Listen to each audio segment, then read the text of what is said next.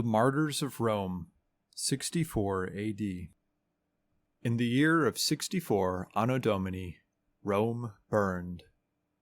While the empire was approaching the height of its power, having conquered lands from modern-day Scotland to modern-day Iraq, the imperial capital itself was in flames.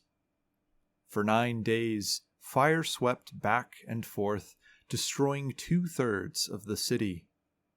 While the cause of the Great Fire is uncertain, rumors swirled that while the fire raged, the Emperor Nero was playing his lyre. Nero was already known as tyrannical and self-indulgent, and this disaster did him no favors. Nero returned to the city, possibly before the fire had even been extinguished, and began coordinating relief efforts. The emperor saw to the provision of food, water, and shelter for those affected. As soon as the fire was out, he began a reconstruction effort, but his reconstruction included an adoption of the Greek architectural style and an immediate rebuilding of his own palace. Rumor of his callousness, likely spread by aristocratic rivals, spread faster than he could handle. According to the Roman historian Tacitus, himself around 8 years old at the time of the fire, Nero needed to dispense with these rumors, for some of the public was starting to believe that Nero himself had started the fire. Nearly 3 decades after the crucifixion and resurrection of Christ, Christianity had spread in small pockets around the whole Roman Empire. In Rome itself, they were so prevalent by this time that even the Emperor Nero knew of them and could distinguish them from Jews. The apostles, Peter and Paul, had arrived in Rome. While Peter built the Roman Church, Paul wrote to the churches of Asia from his prison cell, awaiting a trial before the emperor. According to St. Irenaeus, the 2 apostles had appointed Linus as bishop, and years before, Priscilla and Aquila had left Rome for Corinth. Christian life in Rome was in its infancy, underground yet lively. Romans, however, did not care for it. The deeply religious Roman people were highly suspicious of Christians, such that they knew about them at all, despite their small number. Tacitus summarizes what Romans knew of Christians by this time. A class hated for their abominations, a most mischievous superstition, hideous and shameful. Romans that had heard of the Eucharist believed Christians were cannibals. Romans that had heard of Christian brotherhood and sisterhood believed them to be incestuous. And perhaps worst of all, Christians were monotheists. Facing endless accusations surrounding the Great Fire, Nero shifted the blame to the already unpopular Christians. Those suspected of being Christian were arrested, tortured, and interrogated. And based on the information they gave, even more Christians would be arrested.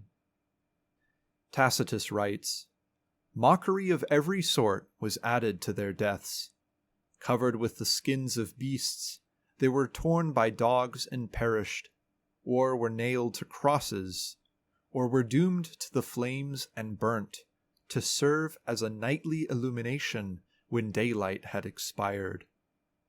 Nero offered his gardens for the spectacle, and was exhibiting a show in the circus, while he mingled with the people in the dress of a charioteer or stood aloft on a car. The deaths of Christians became a public display of cruelty and celebration.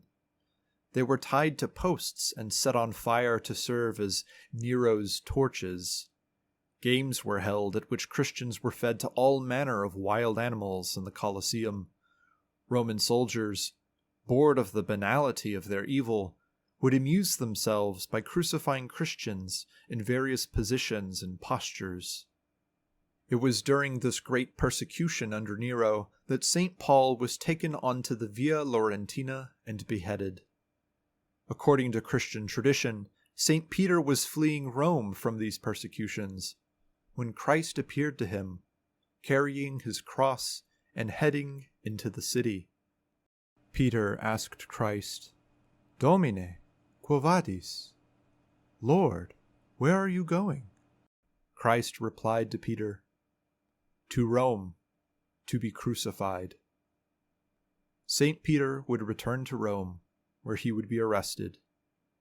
During his crucifixion, he proclaimed himself unworthy to die in the same manner as his Lord, asking instead to be crucified upside down. There is no certainty of how many martyrs were made in Rome in AD 64, but records indicate at least several hundred and possibly thousands. The blood of these martyrs watered the seed of the Church, for as Tacitus writes, "There arose a feeling of compassion, for it was not as it seemed for the public good, but to glut one man's cruelty." This persecution was the foundation for how Christians would weather Roman persecution in the coming centuries, until eventually overcoming the mighty empire. The martyrs of Rome teach us bravery in the face of persecution, and to witness to the truth even if it leads to our death. They show us the way to have faith in the Lord when having faith is hardest.